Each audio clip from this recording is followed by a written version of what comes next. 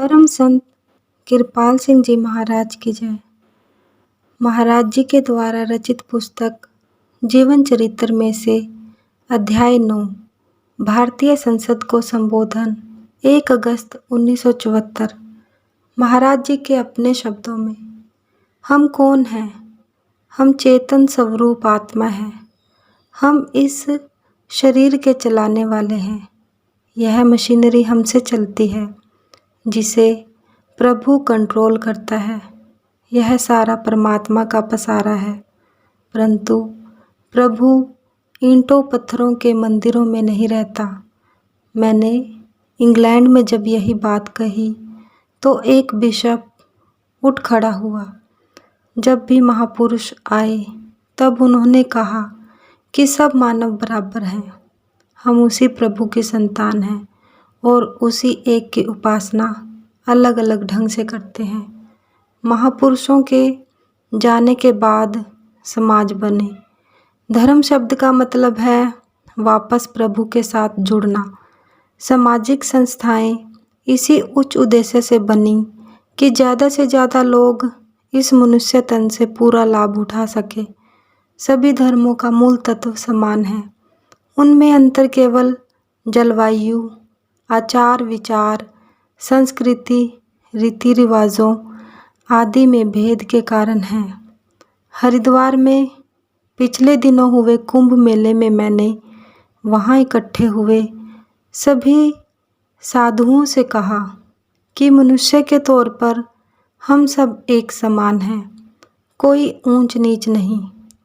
मैंने उन्हें यह भी कहा कि पुराने ज़माने में हर 12 वर्ष बाद एक त्यौहार मनाया जाता था जिसमें भ्रम पर विचार के अलावा जीवन के तौर तरीकों तथा देश में पनप रही कठिनाइयों के हल करने पर विचार विमर्श हुआ करता था। मैंने फिर बताया कि भारत समेत सारी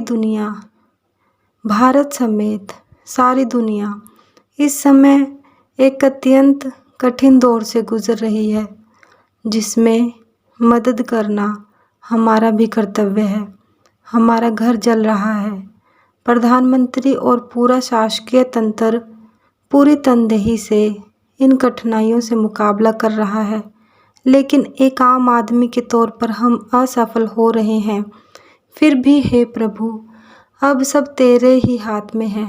गुरु नानक देव जी ने भी प्रभु से प्रार्थना की कि संसार में आग लगी हुई है, किसी तरह इन कठिनाइयों से हमें उबार। मैंने उन्हें बताया कि संतों को प्रभु के निकट माना जाता है। मैंने आपके सम्मुख सारी समस्या रख दी है। मेरा काम पूरा हो गया। इससे प्रभावित होकर उन्होंने परस्पर सहयोग के लिए सर्वसम्मति से एक कमेटी का गठन किया है। उन्होंने सरकार की कारगुजारी की प्रशंसा की। अब हमारे सामने 2 बातें हैं। एक तो यह है कि हमने जो धर्म संप्रदायों के आवरण ओढ़ रखे हैं और अपने आप को भारतीय मानने की जगह पहले हिंदू मुसलमान समझते हैं, वह त्यागना होगा। सबसे पहले हम इंसान हैं और बाद में वह, जैसे हमने लेबल लगा रखे हैं। फिर देश के प्रति हमारे कर्तव्य आते हैं। हमें देशभक्त होना चाहिए। फिर हम सब को मिलकर सारे समाज को मानव एकता का एहसास कराने का प्रयास करना चाहिए। यह तभी संभव होगा जब चारों ओर सही नज़री होगी।